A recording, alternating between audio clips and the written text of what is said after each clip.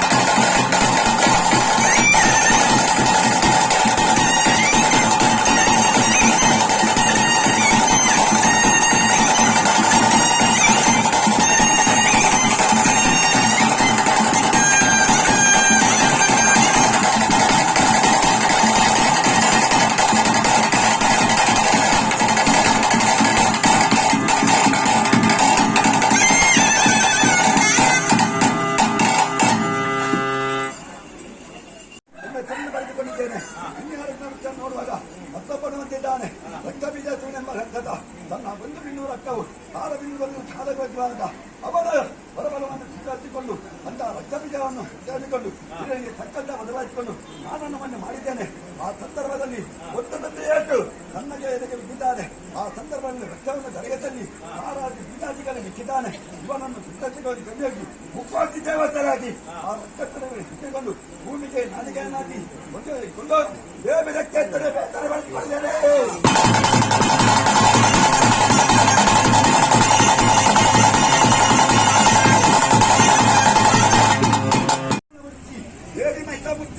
ಬರೆದುಕೊಳ್ತೇನೆ.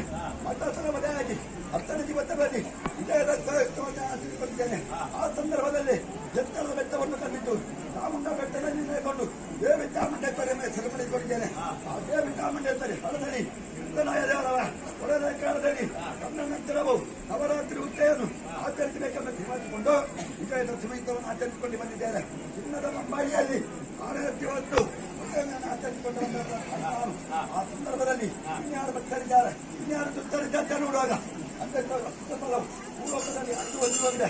ಆ ಸಂದರ್ಭದಲ್ಲಿ ಇವರನ್ನು ತರಿಸಿಕೊಂಡು ತನ್ನ ಸಾಧನವನ್ನು ದೇವತೆಗಳಿಗೆ ಚಾಲಿಸಿ ಮನಸ್ಸರಿಗೆ ಶಾಪವನ್ನು ಬರೆಸಿ 10 ದಿಬ್ಬಾಟಕ್ಕೆ ಅವರವರ ಸಾಹಿತ್ಯದಲ್ಲಿ ಇಟ್ಟು ಕಾಲ ಸಂದರ್ಭದಲ್ಲಿ ಆದಿಮಾಯ ಅಂತ ಹಲವಾಗಿದ್ದ ಮಲಕಾವೇರಿಯಲ್ಲಿ ಉಂಟು ಕಾವೇರಿ ಅಮ್ಮ ಮೈಸೂರನ್ನು ಬಳಸಿಕೊಂಡಿದ್ದೇನೆ.